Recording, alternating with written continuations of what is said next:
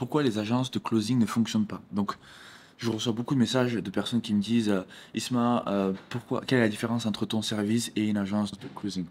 Une agence de closing, son business model, c'est en fait, elle va te donner accès à des disponibilités de closers. Donc en fait, c'est comme si elle a 50 closers qui peuvent prendre 6 appels par jour. Elle a 5 fois 6 le nombre d'appels disponibles par jour et elle te vend ça au plus offrant. Et ça, c'est un danger. Ça, c'est un danger parce que, ben, du coup, si par exemple, l'agence de closing bosse avec 10 infopreneurs, ok, super, et toi, tu es un infopreneur dans l'e-commerce ou dans l'immobilier, ok, tu bosses avec elle, super, tout se passe bien, tu lui envoies tes 5-10 appels par jour, tout au béné. Par contre, si tu as Yomi qui débarque, qui a une formation en e-commerce et qui a besoin d'avoir des prospects closés, mais du coup, forcément, déjà, il va avoir plus de prospects. Les prospects vont être de meilleure qualité parce que Yomi a quand même un gros branding. Et donc, du coup, le taux de conversion va être élevé. Donc, quel est l'intérêt pour l'agence marketing de te donner les disponibilités de ces closers? Pourquoi elle les allouerait pas à un autre pôle, donc du coup, le pôle de Yomi, et faire plus d'oseille? Même les closers voudront plus closer sur ça. Et donc, du coup, elle va pas te pousser dehors, elle va te donner des closers qui sont moins performants. Et donc, du coup, tes performances vont être impactées. Voilà. En plus de ça, l'agence de closing va te faire payer 10 ou 15 000 euros de tickets d'entrée pour faire un système de pôle vente, des conneries qui, en fait, c'est ultra simple. T'as pas besoin de payer autant pour avoir accès à ça. On te donne accès à ça gratuitement avec iClosed. Donc avec iClosed, tu peux déjà disqualifier les prospects, tu peux envoyer les bons prospects aux bons closers, déjà, et en plus de ça, tu as accès à des closers. Donc nous, quelle est la différence avec nous? C'est que nous, nos closers, quand on te les donne, ils sont à toi, ils travaillent avec toi, ils ont un contrat de freelance avec toi. C'est-à-dire qu'en fait, on va pas les mettre en relation une seconde fois avec un autre entrepreneur. Donc tu veux des closers full-time, ou tu veux des setters full-time. Tu veux pas avoir un closer qui est avec cette offre, et avec cette offre, oh, j'ai reçu un appel de là, désolé, je suis pas dispo, j'ai un call avec la team de l'autre entrepreneur, désolé. Donc du coup, et parce qu'en fait, le closer, dès qu'il va commencer à faire de l'argent avec un entrepreneur plutôt que l'autre, il va commencer à lésigner les appels de l'autre. Et donc, du coup, tes performances vont partir. Donc, tu veux avoir un contrôle sur ton pôle vente parce que c'est le département le plus important de ton entreprise. C'est eux qui prennent les appels, c'est eux qui transforment le plomb en or. Donc, tu peux pas te permettre de donner ça à des inconnus qui sont à Dubaï et qui s'en foutent complètement de ton business model. C'est tout. Je suis désolé, c'est juste la vérité. Et c'est pareil pour les agences marketing. Il y a très peu, ça se compte sur le doigt d'une main, le nombre d'agences marketing qui sont sérieuses. Pourquoi? Parce qu'il y a un problème qui est là et que du coup, ils arrivent à closer des personnes avec des setups fees à 5 ou 10 000 euros par mois, plus un pourcentage sur l'adspend. C'est exactement le même modèle que l'agence de closing. Encore une fois, les seules agences qui fonctionnent, c'est les agences de production pour faire des vidéos, pour faire des films. Si vous avez besoin de faire une grosse campagne publicitaire ou un truc comme ça, là, ça vaut le coup de prendre, d'aller chercher des ressources externes qui sont, que tu vas juste prendre momentanément. C'est-à-dire que pour une semaine, tu as 2-3 monteurs qui viennent, 2-3 vidéographeurs, vidéastes qui viennent, des filmmakers qui viennent, et ils shootent un banger. Tu n'as pas besoin le reste de l'année, et donc là, ça fait sens d'avoir une agence. C'est beaucoup mieux parce que voilà, tu fais une économie d'échelle, tu n'as pas besoin de recruter, etc. etc. Mais par contre, les closers et les setters, tu en auras toujours besoin. Donc ça fait pas sens de déléguer à un third party, donc une partie externe, t'as plus les odeurs en fait. C'est juste pas, ça fait pas sens. En plus de ça, tout ce qui est tout ce qui est data, vous partagez tous vos data avec une agence de closing. C'est pourquoi est-ce que enfin, j'ai entendu beaucoup de conneries sur ça. Je vous déconseille vraiment de passer sur de l'agence de closing. En tout cas, cette vidéo elle est juste là pour vous faire gagner de l'argent ou vous faire économiser de l'argent parce que moi, je m'en fous. Dans tous les cas, vous allez essayer, ça va pas marcher, vous allez revenir vers moi, donc peu importe en fait. Maintenant, la question de pourquoi est-ce que tes closers sont plus performants que les autres. Donc, il y a deux choses que vous comprenez pas. Premier point, c'est qu'en fait, c'est pas important si mes closers performent mieux que les autres. Je vais vous expliquer. Et là, oh là là, comment est-ce que tu peux dire ça? Chill. Le truc, c'est que premièrement, quand tu onboards des closers, quand tu travailles avec des closers, le plus important, et c'est une société de recrutement, donc c'est comme une agence de recrutement, tu peux demander à n'importe quel RH, il va te dire ça. La qualité de l'onboarding est tout aussi importante que la qualité du candidat. Je ne l'invente pas, c'est mon business, c'est ce que je fais depuis plusieurs années, et c'est un consensus, ok? Tout le monde est d'accord là-dessus. Donc, il y a beaucoup d'entrepreneurs qui recherchent le A-player, la poule aux odeurs, le closer qui va closer à 50% dès le début, etc., etc.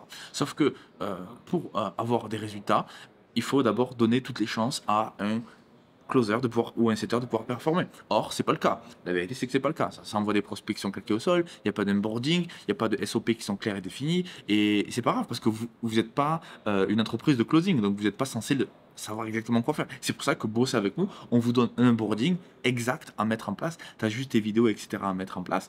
Et une fois que c'est fait, l'onboarding, il est fait et tu peux onboarder 200, 300, 1000 closers si tu veux en une journée parce qu'ils sont tous passés à travers le même process. Ça, c'est important, premièrement. Deuxièmement, lorsque tu l'onboardes, le closer, ben, du coup, est-ce que vous lui donnez les mêmes prospects? C'est-à-dire que quand tu fais un A/B test, quand tu prends par exemple une page de capture et tu envoies 50% du trafic vers une page, 50% vers l'autre, c'est la même source de trafic qui est dispatchée vers les deux pages. Et donc du coup, tu peux avoir un point de vue objectif. La clé, lorsque tu recrutes des closers, c'est qu'il faut les recruter, il faut en recruter plusieurs au même moment. C'est-à-dire que vous le savez, la qualité des leads fluctue à travers le mois. Au début du mois, tu as les prospects qui sont plus qualifiés parce que déjà il est payé.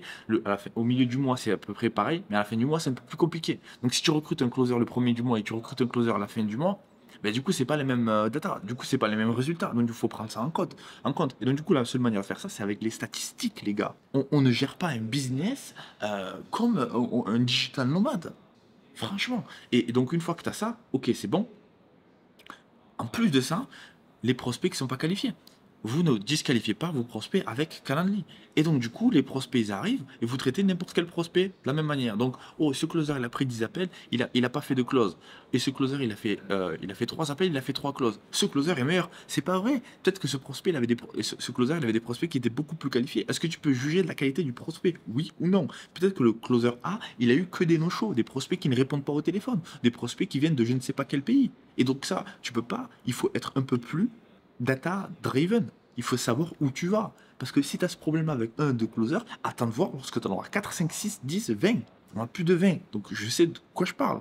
Et je sais pas te vendre un truc. C'est juste c'est de la science. C'est des statistiques. C'est une vérité. Ok? Donc, et vous faites ça avec tout. C'est-à-dire que vous le faites avec vos Facebook Ads. Vous êtes super analyste avec vos Facebook Ads. Vous savez traquer vos CPM, vos CTR, vos coûts par clic, etc. Mais lorsqu'il en vient de la sales team, là, il n'y a plus personne qui parle. Il n'y a plus aucune data. Ça, il me faut un player.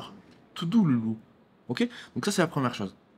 Secondo, pour revenir à mon point de, en fait, c'est pas important que le closer close ou pas.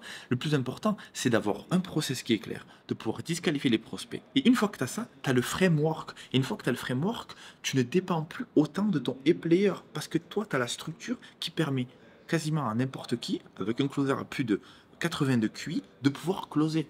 Donc en fait, ça devient beaucoup plus facile pour déléguer ensuite. Et lorsque tu délègues, le plus important, c'est de travailler avec des partenaires de croissance comme nous, et on est les seuls sur le marché. On vous met en relation des closers au fur et à mesure que vous scalez. Parce que on n'est pas au casino. On ne veut pas faire un braquage et aller chercher, aller cleaner 10 millions et puis après partir sur une plage déserte. Le but, c'est d'avoir un partenaire de croissance qui t'envoie des closers ou des setters lorsque tu en as besoin et des closers qui performent ou pas. Et lorsqu'ils ne performent pas de problème parce que tu peux les changer et tu peux les remplacer. Et au fur et à mesure, tu vas trouver ta poule aux œufs d'or. Nous, quand on fait des onboarding, on recherche 3 closers, et bien écoute, on donne la chance à 10 closers. Il faut du volume. Et sans volume, tu peux pas trouver ta pépite. Tu peux pas trouver ton player. Parce que c'est pas uniquement des compétences. Vous comprenez le nombre, la matrice qu'il y a, le nombre de paramètres qu'il y a. Il y a le closer, il y a le moment où tu l'as onboardé dans le mois, il y a l'onboarding que tu lui as donné, il y a les prospects que tu lui as donné, il y a est-ce que tu disqualifies ou pas, il y a le statut de l'appel, est-ce que le prospect a no show ou pas. Vous pouvez pas me dire, je veux un player, je veux un player. Réveille. C'est un peu plus compliqué que ça, mais grâce à notre solution, on rend ça beaucoup, beaucoup plus fluide. Et donc, du coup, évidemment, après, il y a le fait d'emborder les closers. Parce que tout ce que je t'ai dit là, si tu ne travailles pas avec nous, tu vas te taper la tête contre le mur, mec, ou mademoiselle, ou madame. Tu vas te taper la tête contre le mur. Donc, tu vas avoir tous ces problèmes, et en plus de ça, tu vas courir dans les Facebook groupes pour recruter des closers et des setters. C'est l'enfer. J'ai autre chose à faire de ma vie que de courir après les closers et les setters pour les recruter. Et donc, du coup, si tu as un framework, si tu as créé quelque chose qui fait que en fait, c'est ton système qui fonctionne et c'est pas ça ne dépend pas de ton closer, la vie est beaucoup, beaucoup plus simple. En fait, ça se relâche là. Ah, ouf, enfin. Donc, une fois que tu as ça, à ce moment-là, on peut te mettre en relation avec des e-players. Je te disais pas tout ça pour te dire qu'on n'a pas des e-players, on a des e-players. Et de la manière dont on te met en relation, si tu nous cherches 3 closers ou 3 setters, on va t'en envoyer 6. Et donc, du coup, tu as du volume. Lorsque tu recrutes un closer, tu as une page Notion avec une vidéo de description, tu vois exactement le nombre d'appels qu'ils ont pris, tu peux écouter les appels, tu peux regarder une vidéo de présentation, voir comment il se présente, parce qu'on sait tous que le closer, on le sait s'il est bon ou pas, à la minute près où on l'écoute. Donc tout ça, c'est du temps que tu gagnes. Donc en fait, il y a tellement de paramètres que vous ne voyez pas pour scaler une offre à étiquette avec justement du sales call funnel, donc appel au téléphone et puis closer, ou même avec des setters. Voilà, c'est pareil.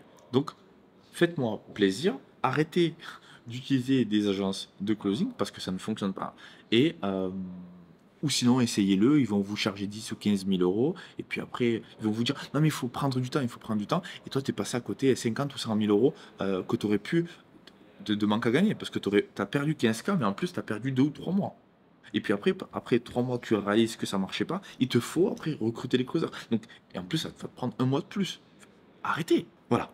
Il fallait que je sorte cette vidéo parce que j'ai eu un appel et une personne m'a dit ah ok, en fait ça fait sens. Et je pense qu'il y a beaucoup d'entrepreneurs qui se tombent dans le panneau parce qu'en fait c'est juste le quick win. Oh ouais, c'est délégué, moi je veux me concentrer sur ma zone de génie. Personne ne va te sauver. Faut faire le boulot. Et ce qui est top avec le pôle sales, c'est qu'une fois que tu l'as fait, une fois que tu as la structure, après il va te falloir recruter un sales manager lorsque tu as plus de 8 personnes. Lorsque tu as ton sales manager, c'est fini, fin du game. Après tu peux scaler. Mais avant ça, il va falloir recruter des closers, des setters et players. On peut te mettre en relation avec des closers et des setters et players. Et on peut te donner le système exact, le framework, on le monte avec toi pour que tu puisses avoir ça qui est fait dans ton pôle vente. Et puis après, on te met en relation avec des closers et des setters et on te donne surtout du volume. Et on te donne évidemment, comme je t'ai dit, des profils Notion où tu peux, la Jules César, pouce vers le haut, pouce vers le bas, c'est à toi de voir. Ok. Donc, si tu es intéressé par le recrutement de setters et de closers, réserve un appel avec nous. On te donne accès gratuitement à des setters et des closers avec le plan iClosed Business Premium. On se retrouve dans la prochaine. Peace.